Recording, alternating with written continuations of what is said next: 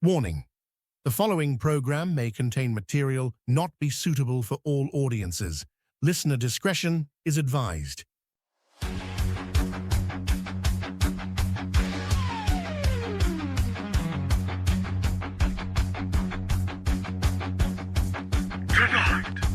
Find a depth unknown, our voice begins to rise, breaking through the noise with fire in its eyes. The spirit of adventure burning ever bright. Hold on tight, travelers, it's gonna be alright. Another week burning, halfway to the end. Bonus Overdrive Wednesday, let the tears descend. Bonus Overdrive Wednesday, night is here. Shatter the silence, conquer all your fear. Bonus Overdrive, the angels gonna scream. With Diego at the wheel, living out a dream.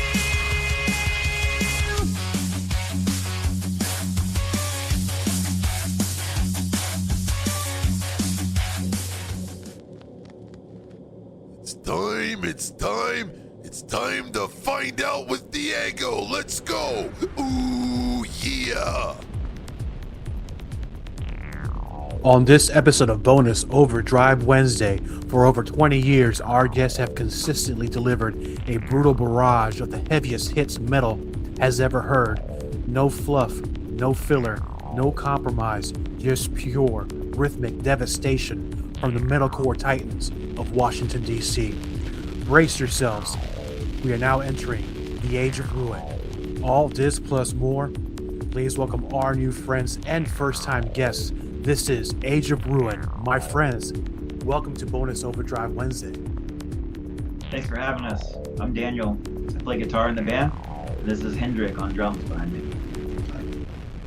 Excellent, and I really appreciate you guys hanging out with me on this fine day. We're going to talk heavy metal. We were just having a great conversation on the pre-interview, how we may have crossed paths many years ago because we were talking about great places to play in the Nova area, and we talked about Jax. And it was actually, Jax was the last show I ever watched. It was 2010, because I've seen a lot of bands there. I mean, I've seen Wasp, Sabotage, Lizzie Borden, goes on and on, Testament, and I think I saw Demo Bagheera there a long time ago.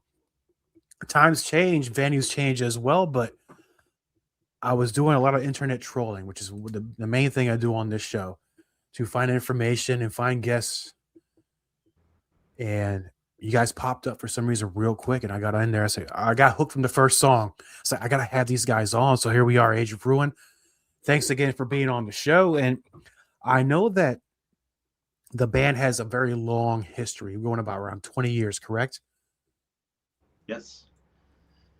And if I do my calculations correctly, my math is completely bad, but I'm going to say early 2000s, but the roots and the soul of what inspired you came from probably 90s and 80s music, correct?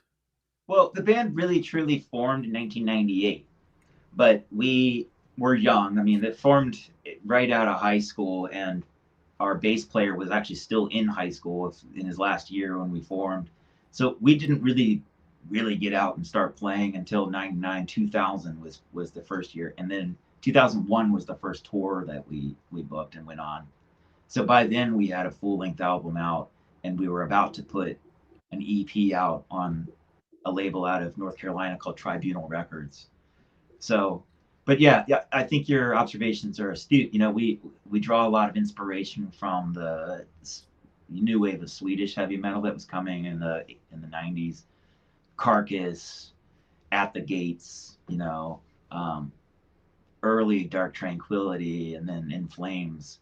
And those two bands shared members. They, the singer for In Flames, and I think the singer for Dark Tranquility changed bands or something very early on.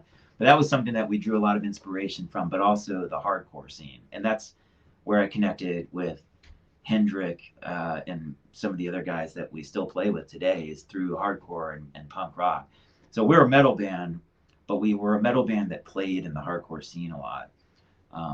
But it's interesting you bring up that venue Jax, because in addition to seeing, I must have been at some of the shows you mentioned. I think of like Iced Earth I saw there, and Also, Soil Work, In Flames were there. But man, in addition to that, we saw a whole lot of local bands, Yeah. including Hendrix band play there. And it was just it was a cool, juxtaposition of that scene of metal that's coming through. And Jax was a really good home for them, for those bands. And then also bands that were trying to kind of learn the ropes and get out and do their own thing. So there's a lot of there's really cool places. There's another venue that we talk about when we talk about the old days. There's a place up in Wheaton, Maryland called Phantasmagoria. I don't know if you remember that place, but there was a lot of metal bands that would come through there too. Um, the pandemic caused a lot of venues to it forced a lot of venues to close. I think Jax was probably closed a few years before that, but certainly many that were around during that time shut their doors. Understandably, it was, I mean, a tough time to stay open when your business is operating under having to be close to with people, right? So, um, but I think some of these newer venues that are popping up are pretty cool. We're seeing things that blend different types of media. Like we were just talking before we started recording. There's a place in West Virginia, but several of these different businesses that are starting like this, where it's like an arcade, and all the games are free if you pay to get in. So it's kind of like a Dave and Buster's sort of idea, but they'll have a stage and bands will play, and we're really excited about playing places like that. There's one in Fredericksburg that opened up called Reclaim Arcade. Um, there's a couple of these I've heard. I think there's one in Lynchburg as well. And another idea that is not new, certainly has been around for a while, but we're seeing skate parks, places that are indoor skate arenas that will have shows. And certainly that's not a new concept. I remember Woodbridge, Virginia, there was a place, was it the Vans? Maybe Vans owned that place. Yeah. Or franchise it somehow. But there was, and they would have shows too, and bands would play. And so we're seeing a lot of those different opportunities where it's the kind of a crossover of music with another reason to go out. Um, it's probably a combination of just so much different entertainment that people have, Netflix and HBO at home, all these different things that you can watch at home, has, I think, forced a lot of different of these businesses outside to try to entice people to come in different ways, other than just food and alcohol, which are kind of, you should expect that anywhere anyway, right? So, Yeah. So now you can probably, have a meal and catch a show. Now, no better show to watch than Age of Ruin, of course. The way things are have changed in so many years. And I know that during the band's history, well, I'm getting a little bit ahead of myself because when the band first formed and then you had an album out, what, about a year later or within a year and a half or so? yep, I would say about that. We self-released our first record at the end of 1999 into 2000. I think it actually was printed in 2000, so that sounds right. And during that time, of course, you were definitely touring, having all these shows. And during the timeline, before we get to today's time, there was a bit of a hiatus. Yeah. And it could be for any reason. We don't have to get definitely personal, but with hiatuses, either some members start different projects or, they have families, career change. It could be anything like that. But then reforming, you guys came back more awesome than ever. What I don't want to ask what caused the bit of a pause, but what brought you back then?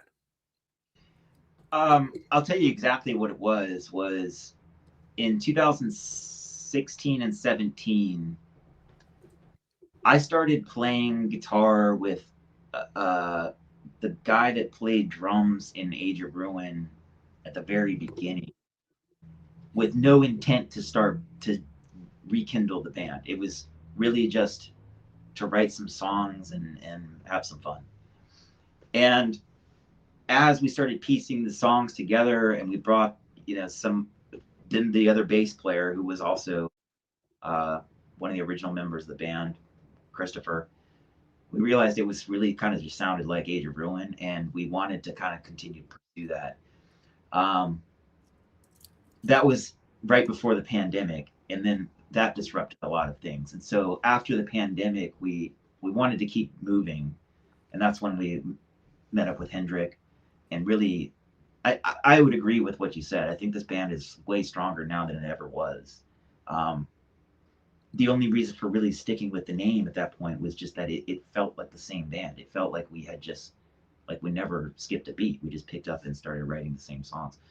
And the idea of being able to re-record a few of the older ideas was exciting too. So it just sort of made sense. And time passes pretty quickly sometimes. I think um, it was 2008 or 2009 when Age of Ruin, stopped playing shows, but it wasn't intentional. We never said like let's break up. It just happened. I started playing in a band called Damnation AD, which was a band that I really had loved when I was growing up and learning how to play guitar. Um, Slightly older than me, and that was about that same time. Other members took on other projects too, just like you were saying. Real life, some of the guys in the band have children, and that caring for other family members has come and been something that's been a challenge that we've had to face. Not a challenge that we didn't want, to take on. But it's certainly any band that is going to take on this duration, this length of time. It's very difficult to do that unless it's the sole provider. If you're making income from it, and everybody is able to do it at that level. Otherwise, the band member changes are kind of natural. Um, Yeah. And we're gonna get into today's history with Age of Ruin, but I'm gonna ask you a question, Hendrik, because you've been in the music scene for a while now. What was life for you prior to Age of Ruin? What do you mean? Like, what was like? I played in a bunch of different bands. Is that what you mean? Yes. Sure. So I've known Daniel from just playing locally and meeting people and joining bands and connecting, whether it's punk music, metal music, grind, hardcore, kind of open to all different types of music and styles and stuff. And played locally since high school, we connected and started showing me some of the songs and stuff, and it was a strong connection that we had. It's something I really enjoy doing. Another thing that's great about Hendrik is he play guitar. So he plays guitar in a band right now called Treble Lifter, and I'm not a very good drummer, but I learned enough to learn beats so that so I can understand the instrument. It makes it really good, I think, to work with you because of his ability to understand the strumming of a guitar, like what that instrument is trying to do to match the beats that work really well. We do focus on the songwriting a lot, like the outcome of everything, rather than just the individual drum parts or guitar parts necessarily. I think that definitely helps. Yeah, so it kind of brings a mutual respect for each other's artwork in a sense. Now, being that the form of music can be quite challenging, especially for a drummer, cardio, cardio, cardio. For Did sure. you, how hard it is to maintain that? I mean, I'm assuming that the shows that's about an hour and a half, or a place, or when you go out there and play. So how do you keep in shape for that? We practice a lot, and then I practice a lot personally, and just giving it a lot of intensity every time we do play and putting all heart into it. That's how we're gonna come across and put on the best show. It's a normal day at work for you, so that's fine because no, you guys are doing a great job. Which let's jump now to today because It's an interesting point. I would just get because we actually just came out of the rehearsal studio just from band practice, and we actually do talk deliberately a lot about just individual hits or notes, and making sure that every instrument is the accompaniment is there. If there's a guitar solo and the other guitar player is playing a solo, let's say, then it's important that we back off a bit so that stays up front, but not like lose the heart of the song. Um, but also to like the cardio that goes on. Um, Certainly, he's carrying the lion's share of it. Their singer has to push a lot of air. It a lot of that goes into the decision making when you put together a set list. We want it to be as high energy as it possibly can be so that the show is entertaining and fun for everyone. We want to have fun, but we have to make sure that there's, uh, he's not just running in place for 3 songs in a row. We got to make sure that there's something that makes sense. So that's something that we certainly put a lot of thought into. Make sure there's enough time to drink water between songs, stuff like that. So. Having dynamic songs helps too. You know, It's a great strategy. You gotta give each other a rest. Kind of, I think in the old days, sometimes they do they still have drum solos now? Because I used to love those. And then everybody takes a break. Somebody comes in, there's a guitar solo, drummer takes a break, singer takes a break. It's a whole beautiful thing. That's the thing about heavy metal, man. It's just it's something about it, man. I've been listening to it now since I was like 5 years old. That's a long time ago. I'm not to give away my age, but now in today's time, normally when a band takes a big pause, some bands do great coming back. Some bands can't recapture that magic they had once before. Definitely, you guys did not suffer from that. How did you keep the spirit going? Because you have not lost anything. You know, you have any thoughts on that, Hendrik? I think that sometimes, I think for us, a lot of what we focus on is the fun part of it. You know, getting together and just making music and doing like what we want to do musically. You know, and just being very aware of what we all want to do. You know, and we started writing these songs and started having these ideas and just kind of bouncing ideas off each other, and it just got really exciting. It's like, oh, playing these songs in front of people, what's the next thing? You know?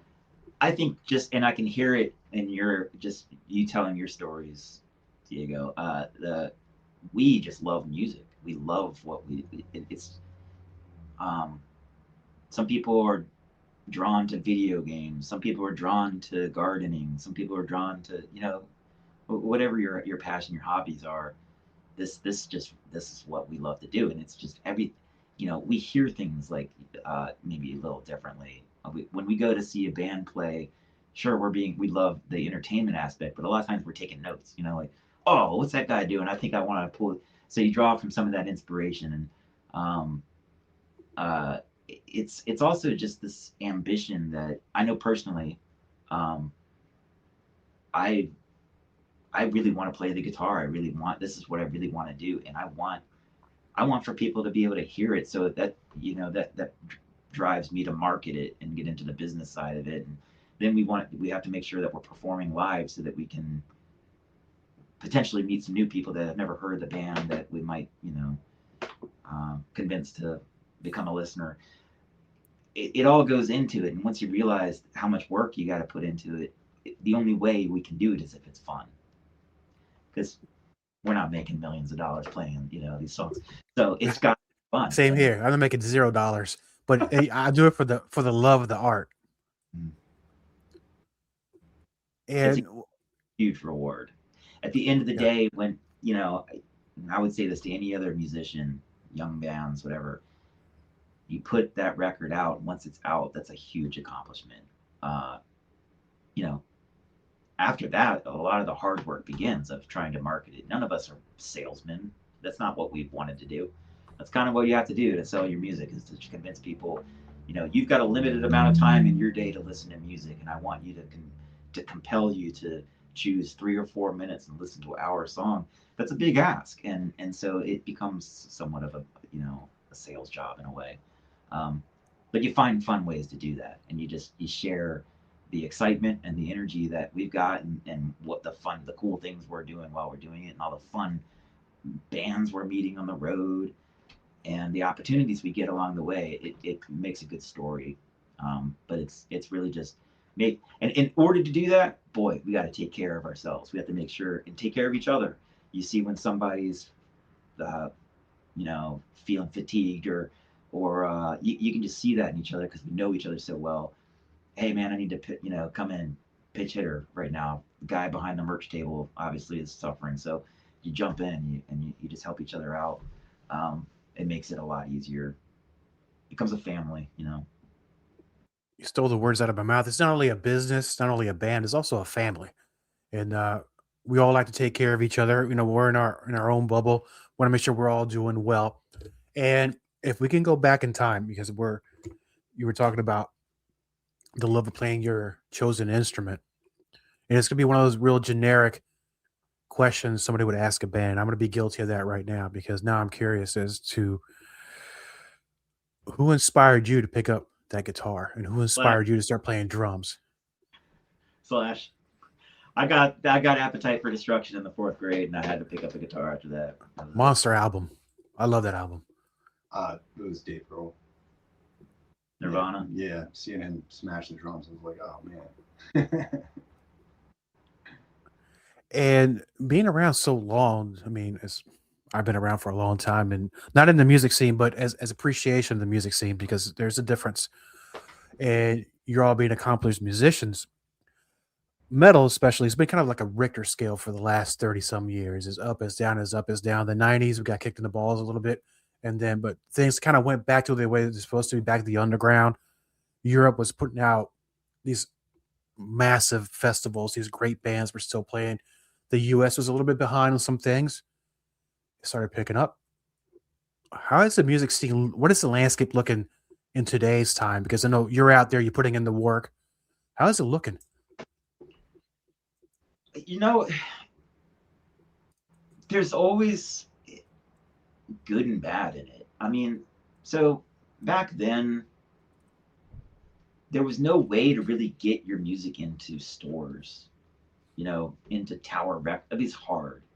There would be like a local section, and sometimes a Tower Record or Sam Goodyear, they might have an employee that was a curator of a punk or metal section. Um, so now that it's very democratized, as they say, anyone can record at home. You can have a studio in your home, and anyone who can afford the equipment can produce a song and put it out. And I'm saying everything outside of AI for this too.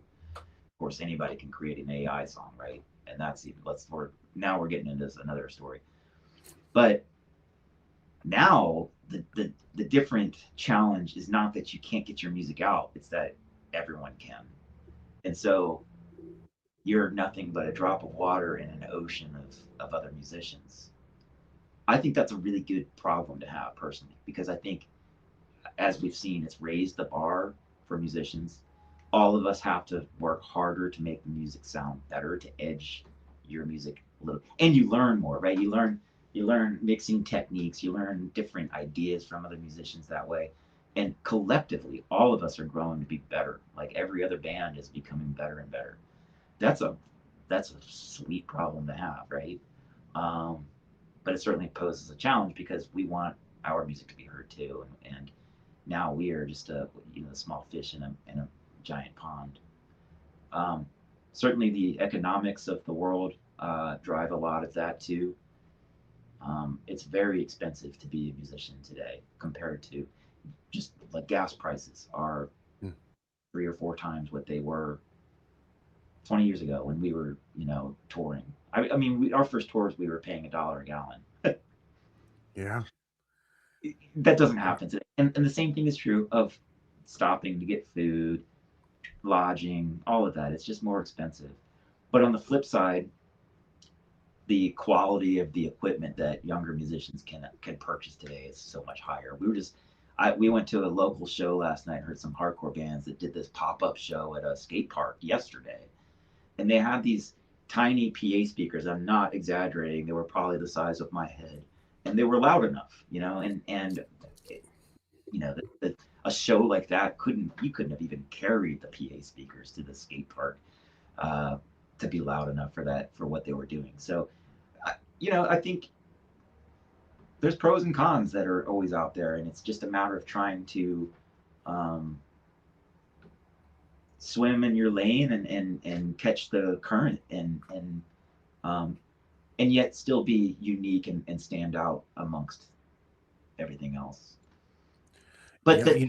but it's really not. And as much as I say that, I don't find it to be that challenging or that difficult. We're playing the music we want to play. We're having fun. We make sure that what we're doing is dialed in so that it's good for everyone else. And in that, we don't, like, all of us are turning our volumes to the right levels, and we make space where it's needed, and we're, friendly and kind and nice, and we show up early and all of that. But it's all part of doing what we want to do, and it doesn't sound, it sounds like it's harder than it is, but we're just doing what we love to do. And there's an added advantage with the technology of today because I know you talk about AI, and that's a whole different. Some people love it, some people hate it, sacrilege, and then people are. I seen that. I was a following late at night. I'm watching the comments on the social media. It's kind of fun to read them, but that's a long, long story. We're going to talk about that. Added advantage: you guys can record whenever you want to. You can make your own music videos. You can actually have a further reach because somebody probably from Romania or Australia, anywhere in Europe, can discover your band just by clicking a button on social media, and boom, that's how I found you. And I'm glad that I did. And now that we're in 2026, 2025 went by so fast, man, that it's almost time to start going out there and start playing some more shows. I know you just got out of rehearsal, you're putting the act together and take it on the road. Where are you going to be at in 2026 so far?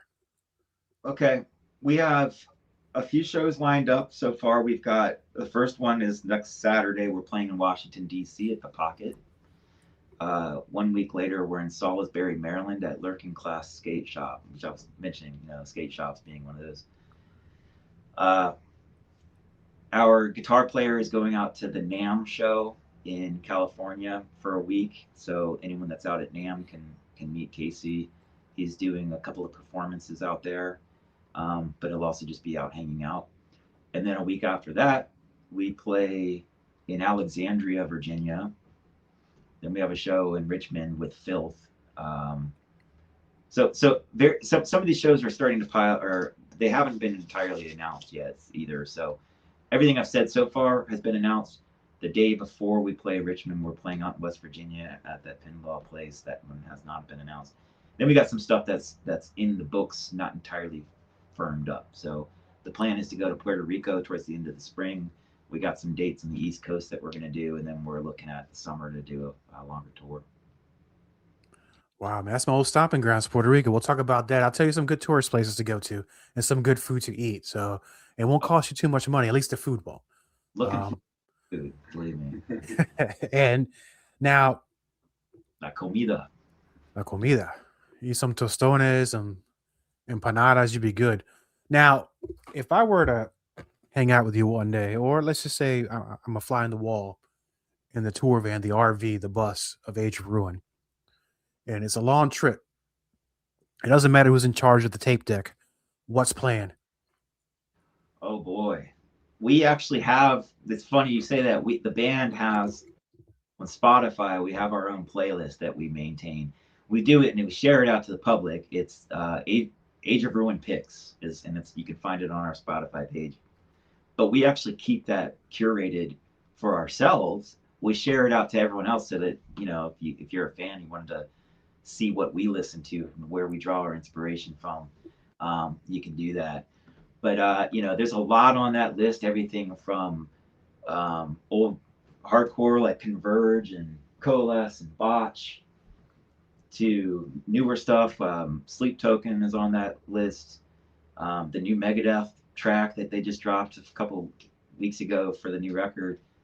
There's a big, Some local favorites, a bunch of stuff. big spread of stuff. So that would be the best place to hear exactly what we're listening to, and we keep it maintained, so it's always fresh. So there's probably like somewhere between 120 or 130 songs maybe total. Yeah, that sounds right. And we try to once a week or so, maybe 2 weeks, we remind each other, hey, let's make sure we add a couple. So I'll add 2 songs, he'll add 3 songs, Ben will add a song, whatever. And then we'll push some of the older stuff that's on the list off so that we're always keeping it fresh, unless it's something we just can't stop listening to. So that would be the best place to check it out. So it's under our Spotify page. Age of Ruin Picks is that playlist that we maintain, and it's also so that I listen to it. Maybe I go on a jog and I listen to it. And I'm like, man, and I find that's how I find new music. It's like, dude, who put that on there? And because we tend to have similar tastes, although a little different. But that's it. I find that's a really great way to just keep fresh with new music too. Going to shows and hearing other bands, that's an outstanding way to get exposed to new music. But otherwise, it's your friends. It's like, hey man, what are you listening to? And That's how we used to do it. It's today's mixtape. Back in the day, we used to make mixtapes and just trade Yeah. them. The underground had a lot of bands that had like these demos, but get yeah, it to your friends' hands, and that's the way it went. mixtape, and then next thing you know, it's a CDR, mix CD. Yeah, they went to Napster, and there was a whole thing. But now I'm glad that everything's legal now. Everybody's getting credit they deserve, although I think they deserve a little more money for these downloads. So that's, of course, another hot button topic to be talked about in the future.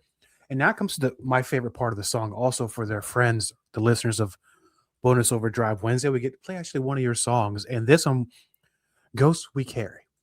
And I've been listening to that. And can you give us a little look as to what that song means to Age of Ruin before we go? Yeah, sure. It's part. It's kind of an anthem, like anthemic sort of song to us, in that it's got lines in and about like taking on the battles ahead. Pick up your sword and shield, head out on the battlefield, that kind of thing. The chorus is very much about being sort of enclosed in and breaking free. And it's to us, it's really like that quintessential metal, like, I don't want to say fight song, but kind of like that, like rally song. It's like something you would think like, let's get out on the football field and charge, kind of feeling. And we love it. It's just like, it gives me goosebumps playing it. It's like a real like high energy song. Today's metal anthem brought to you by Age of Ruin. Gentlemen, thank you so much for being on Bonus Overdrive Wednesday. Much luck to you in 2026. And I'll be seeing you at your shows because I know you're playing pretty close to where I'm at. And thank you so much for being on the show. Thanks for having us on. Appreciate it. Thanks for having us. This is Ghost We Carry by Age of Ruin on Bonus Overdrive Wednesday right now.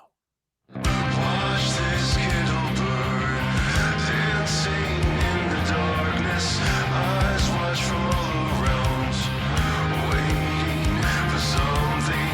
Ashes falling down, touching all the heartless. Silence has found its sound. Help me! Is there no way out? I've gone too